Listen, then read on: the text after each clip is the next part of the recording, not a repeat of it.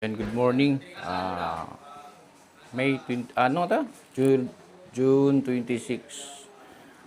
Nandito po tayo sa lighthouse.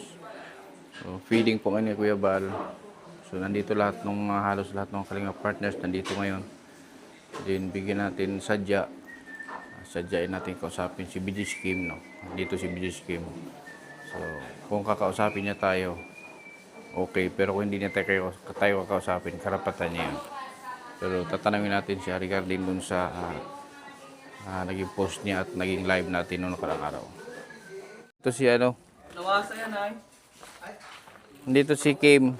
Kasi maraming ito, interviewin ko muna ito. Sama. Dito na. Morning. Yan. Good morning po. Kasi ano yan, di ba nag-message ako sa'yo? Ako. Napanood ko rin naman yung live mo pero marami kasing sabi ko kasi dun sa live ko, kausapin ko si Kim, sabi ko share muna natin kung ano ang magiging sagot niya.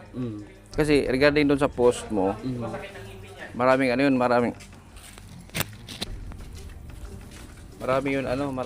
kumbaga maraming tinamaan. Kasama na ako doon. Kaya sabi ko, bakit tinanong ko kapatid mo kahapon dito Oh. Kung ano ba nga kay Kim, bakit nag-post siya ng gano'n? So, sabi, hindi niya rin alam. Inisip ka nga daw niya, siguro di ka mag-reply. Marami kasi Kaya tinatanong ko, dapat specific nilagay mo, para kanino talaga yung post mo. Para wala nang magiging na iba. Kasi ang dating kasi doon sa post mo, yung bang parang, kami, parang hindi kami tunay na charity vlogger kasi parang once nasasahod ka ng 100,000, 1 million, kung tunay ka charity vlogger, di mo na kailangan sponsor. So yun yung, kaya nag-react ako doon. Yun ang gusto kong malaman kung ano ba talaga ang purpose doon sa post mo na yun. Unang po regarding doon sa upload ko kahapon, no, at hindi ko rin talaga naibigay yung specific na sagot no, sa mga tanong. Isabel, pasensya po no sa mga about sa post ko na yon in general, no. Pasensya po kasi nag-udyok lang sa akin talaga noon na mag-post noon is dahil lang din sa mga pambabash, like mga pagka charity o mga ganyan ako is parang nasabi nabubudol wala naman tayong nabubudol na sponsor. So parang ang tingin is tawag dito, nasa baba ka na nga is binababa ka pa ng ibang supporter or hindi ko alam kung supporter talaga, no. And yun nga, sabi ko doon sa vlog ko is naging ako ng pasensya, no. Mali talaga yung nagawa ko noon na i-post yun na kahit sino naman. Actually wala pa akong pinapatamaan, which is ano po siya, general, no. In general ko po yun na post, wala talagang yung tatama. Pero yun nga, talagang meron pa rin impact na mangyari. Yun ang hindi ko naisip, yung magiging resulta. Kasi kung halimbawa, kung pinatungkulan mo doon sa kasamahan mo o kaya kay Rab, kung para kay Rab yun, wala anong ibang magre-react kasi may naka-address naka-address para kanino. Ngayon, di ba ako marami din ako nasabi sa'yo. Nagbase lang din ako doon kung ano yung post mo. Sabi ko nga, hindi mo naman na pala kailangan ng sponsor. So, sa madaling sabi, hindi mo na kailangan ng community para lumago pa yung channel mo. Sabi ko nga, bakit pumalik ka pa sa Kalingap? Sabi ko doon sa live ko. Sabi ko, wala pa naman dito si Kim, di natin siya makausap ng personal. Mas maganda yung makuha natin yung side niya. Itong sa akin, haka lang din to, base doon sa post mo. Kaya meron din ako mga nasabi na hindi maganda para sa'yo, pero yun kasi doon ako nagbase sa post mo. Okay lang naman po yun. Wala naman ako dong question o kumaga hinanakit po baga sa ano. Kasi nakita ko doon sa live ni Marilyn Chang, sabi ko bakit galit na galit kay BG? Kasi natin bakit galit na galit siya kay BG Scheme? Ngayon, nagtanong ako, anong meron? Yun yung sa live ni Marilyn Chang, comment ako ng comment, ano bang problema kay Kim? Bakit niya tinapik? Sabi niya, galit na galit siya, sabi niya ganito, send ko sa'yo, screenshot. Sa kanya galing screenshot, sa kanya galing yun. Kaya nakita ko, sabi hindi ka maganda tong post niya. Sabi, hayaan mo at tanungin ko siya. Kaya nag-message ako sa nung madaling araw. Hindi naman nakalagay doon your messenger na yun. Hindi Sa- daw maka-accept ng Saan po yung Yung page po mismong ata o account yung mo. John Bian po? account mo mismo, yung may We just message came ako sa'yo. Espanyol po. Oo, Espanyol. Mm. Doon ako nag-message, sabi ko umaga wala pa rin. Sabi ko sige. Ito may driver Sabi nito Kaya yun. So, lahat, maraming akong katanungan na doon na mismo sa live ko, ako ang nag-conclude. Pero iba pa rin kasi yung manggaling mismo sa'yo.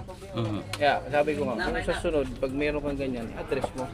Di man mas maganda yung diretsuhin mo yung tao, kung sino man ang kagalit mo. Mas maganda yung diretsuhin mo.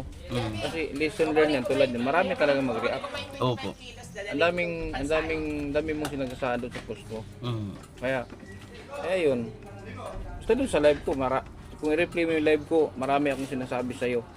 Na sabi ko nga doon, sabi ko kung ganyan din naman, bakit kailangan mo pang sumama sa community ng iba kung tulad niyan, kung sa sponsorship wala man problema. Normal lang ang sponsor darating yan kung nasa community ka, pero kung solo ka, medyo mahirap nga kasi makakuha ng sponsor kung magsusulo ka.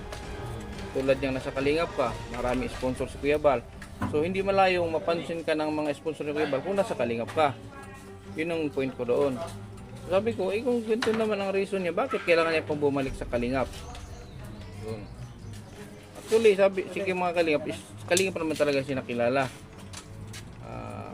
Anong taon ba yun? 2022? 21? 21. Oh, hindi mo na siya nakilala. So, yun lang naman ang konting ano ko sa'yo. So, ano ang message mo sa ating mga viewers na nanonood sa kahapon? Lesson learned. Di lang para sa akin, kundi para bilang awareness din po sa lahat. No? Di lang din mga charity vloggers, kundi kahit mga random na tao. So, ganyan talaga, normal naman po magkamali at syempre kung bukal din naman sa puso mo. Katulad ko na talagang syempre, aminado naman. Ito pa, meron pa pala ako nakalimutan. Nabanggit din dito sa live. Regarding daw to dun sa mga katutubo. Yun, isa din po yun. Yung nagsabi daw ako sa live ko. Or nagsabi nga ako no, na ignorante, which is ang ibig ko naman sabihin noon at mali lang talaga siguro or mali lang na i-deliver ko. Which is ako sabi ko, katulad ko, ganyan, hindi ako makafocus sa Bukidnon. That's why bumalik ako dito kasi hindi ako makapagsimula ng makapag-charity doon kasi unang-una hirap din po ako sa lengguwahe. Kasi Bisaya pa nga lang po, hirap na. Iba pa yung lengguwahe ng katutubo, mas malalim. So, yun po, sabi ko doon na ignorante ako, no? At syempre, yung mga katutubo, ignorante din po sila. Yun po ang ibig kong sabihin. Kumbaga, parang namali lang ng kumbaga Mali lang ang deliver. at syempre pagkakaintindi. So yun po yung ibig kong sabihin So, noon. madaling sabi, misunderstanding. No? Yan po yun. And then yun yung reason na bumalik din po ako dito. Sa Kasi sabi ko nga si Kim naman, dati naman ang Kalingap talaga, batch 1. Batch 1 ka ba? Opo. Oo. Sila naalala ko pa noon. Mga scout mo, yung mga binablog ni Jiggy Barra noon. Kay Jay. Oo, sabi ko magaling pa din na scout kasi magaling na, marami itong scout dito nag-usap nga kami ni Kapromdi. Sabi nga ni Kapromdi si Kim, maraming magaling, masipag mag-scout yan. Baka makakuha ka dyan ng mga vlog na maganda, sabi nga ni Kapromdi sa akin. So, may vlog kasi siyang binag ko rin. Kukunin yata ni Kalinga Prab. So yun lang ha.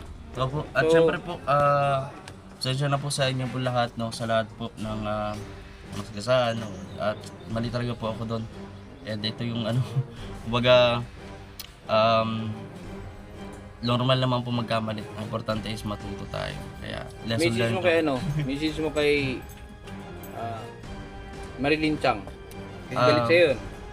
Ay, kay Marilyn Chang po, kay Lola, ay kayo na po ang bahala. Kahit ano naman po ang nasa inyo po kung galit po kayo or what, nasa inyo po yun. Basta lang, patuloy lang. Patuloy lang tayo na paglingap. Ayun, yun lang po. At maraming salamat po. Thank you. Sige po. Okay, so yun mga kalingap. Narinig nyo yung paliwanag ni BG Kim. So, bahala na kayo. Kung acceptable sa inyo, sa akin, okay naman .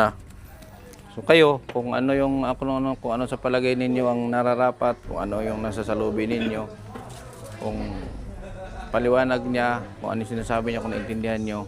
Yan. Sabi nga nung isang mayroon kang supporter doon sa live ko na tao lang tayo nagkakamali. Sabi, wag niyo daw husgahan. Sabi ko wala namang naghusga. Ang ano ko nga dito, nagbigay ako ng reaction doon sa post niya. Wala namang naghusga, kaya kinausap natin, kaya gusto ko siya makausap. At hindi naman tayo judge para mahusga ng kapwa. So yun lang. So hanggang dito lang po mga kalingap, narinig nyo na po. Siguro una at huling ano na natin kay Kim na sana nga di na maulit, di ba? Sana hindi na maulit. Pero kung about dun sa post niya is ito na rin yung huling kumpronta ko sa kanya para maliwanagan din kayo. So yun lang po mga kalingap. Maraming salamat and God bless po sa ating lahat.